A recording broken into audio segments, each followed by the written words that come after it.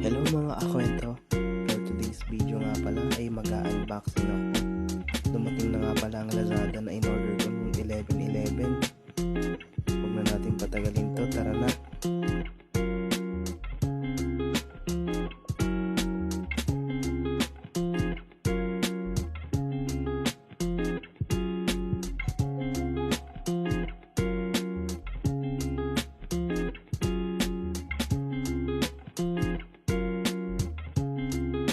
Ang una ko nga palang binuksan dito ay yung toolset.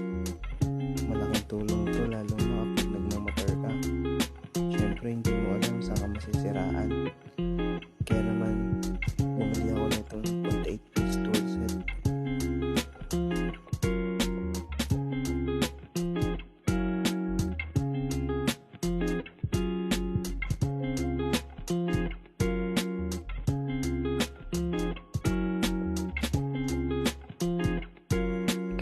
Ipapakita ko ano ang laman niya. At ito siya. Pasensya na kayo at nagkarambol-rambol na. Kaya naman inayos ko muna. At andito na naman si Palo.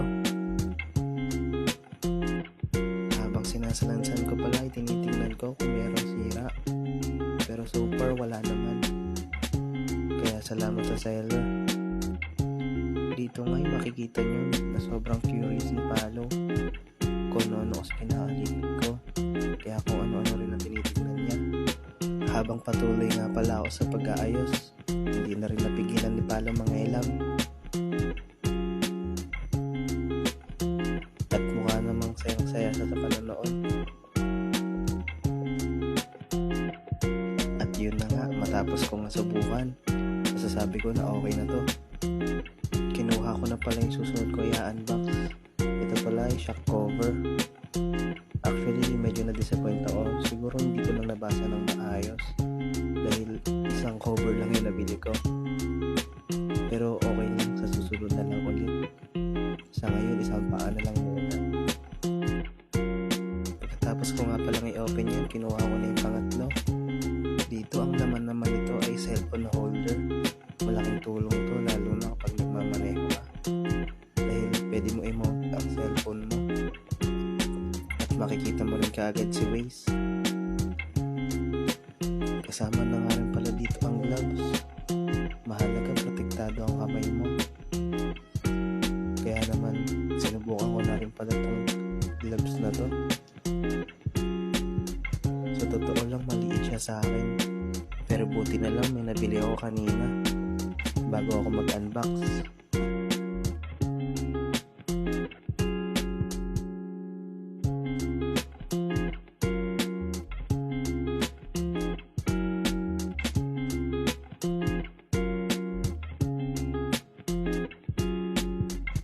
Isinunod ko na nga pala dito ang cellphone holder. Siyempre binuksan ko. Tinignan ko muna kung kumpleto yung mga gamit at kung may kulang ba.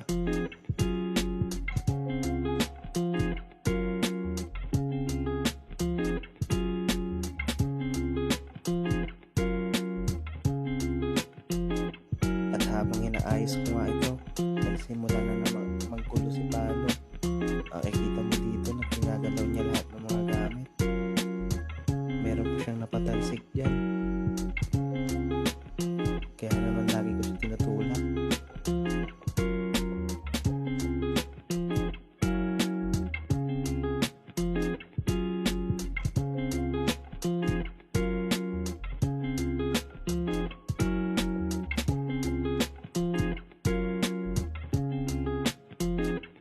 Bubuksan ko na nga sana dapat yung huling parcel. Kaso kinuha ko muna yung plastic para maipaglaro kay Palo. Kanina pa kasi siya nagpapapansin. At ayan, pinagbigyan ko na nga.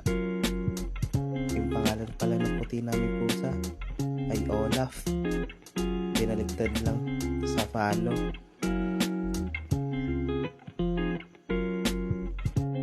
Matapos ko nga makipaglaro, sinimulan ko na buksan yung isang parcel. Ito nga pala ay huli ng parcel. Ang laman nga pala nito ay side mirror. Gusto ko nga pala palitan yung side mirror ng motor ko.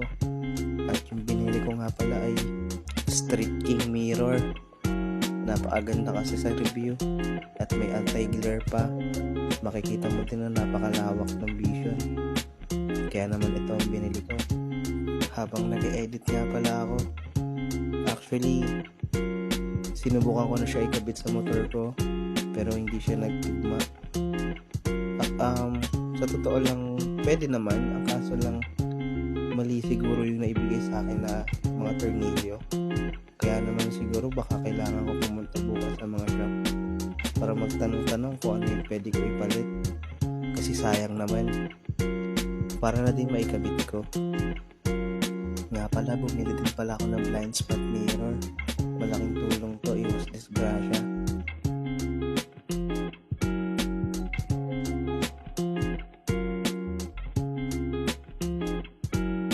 Sinunod ko na nga palang buksan tong box para naman makita natin.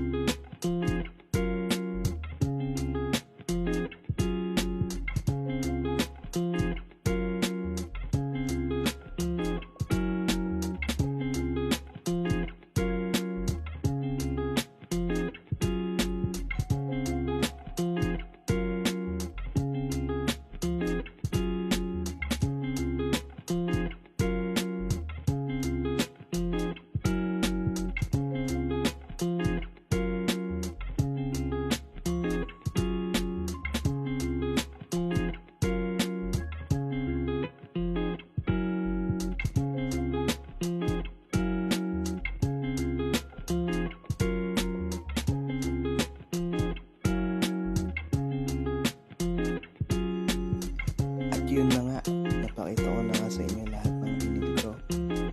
Sana makatulong din to sa mga balak bumili at mag-upgrade sa mga motor nila. Paano mga kakwento? Hanggang dito na lang ulit sa susunod na video. Paalam!